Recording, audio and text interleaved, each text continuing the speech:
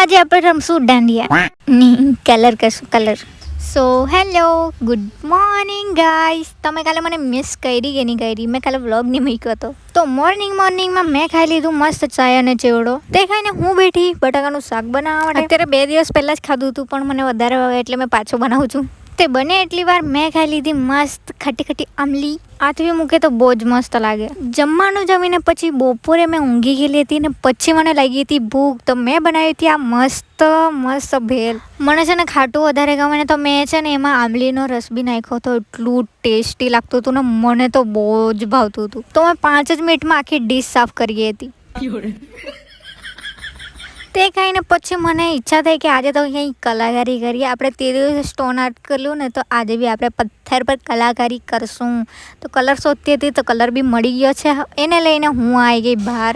આ મારા 1-2 વર્ષની 3-4 વર્ષ જૂના કલર છે, પણ હજુ બી જિંદા છે કે નહીં તે જોઈએ આપણે. તો મેં તો કલર લઈને આવી ગઈ હતી મસ્ત. પાછળ અહીંયા હવા બી બહુ જ મસ્ત આવતી હતી. તો બધું સામાન લઈને બેસી ગઈ હું કલર કરવા માટે. તો કલર કરવા પહેલાં આ ડબ્બીને ખોલવું જરૂરી છે. 4 વર્ષ જૂની છે, ખબર નહીં ખુલે કે નહીં ખુલે.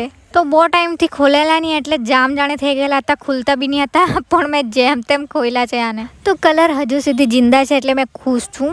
તો આગળ મેં પથ્થર પર ડ્રોઈંગ કર્યું હતું ને, તો કોઈએ મને કીધું હતું કે સિંચન બનાવજો હમણાં. તો આપણે પૂરેપૂરી ટ્રાય કરશું સિંચન બનાવીને. તો મેં લીધો એના ફેસના આકારનો એક પથ્થર. તેના ફેસ જેવું જ દેખાતું હતું. તેના બેઝ પર કર્યું પહેલાં મેં વ્હાઇટ કલર, કેમ કે વ્હાઇટ કલર જરૂરી છે ગાઈસ. પછી મેં શોધ્યો સિંચનનો ફોટો અને તેના ફેસ આવું ડ્રો કરવાની છું મેં. તો તેના ફેસ પર મેં ચામડી કલર કર્યો હતો અને પછી એમાં ડિટેલિંગ કરતી હતી. મેં કરું સારું દેખાય છેલ્લે તો, પણ આ સિંચનનો ભૂત વધારે લાગે છે.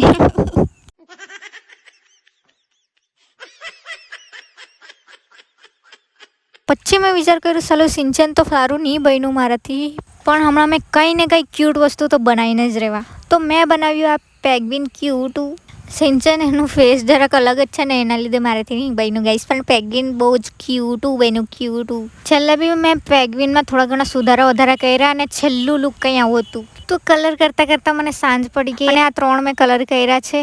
આ તો મેં એમ જ કલર કર્યું છે અને સિંચન બહુ બકવાસ દેખાય છે, મને ખબર છે. તો એ હે મેરે તીનો ક્યુટી.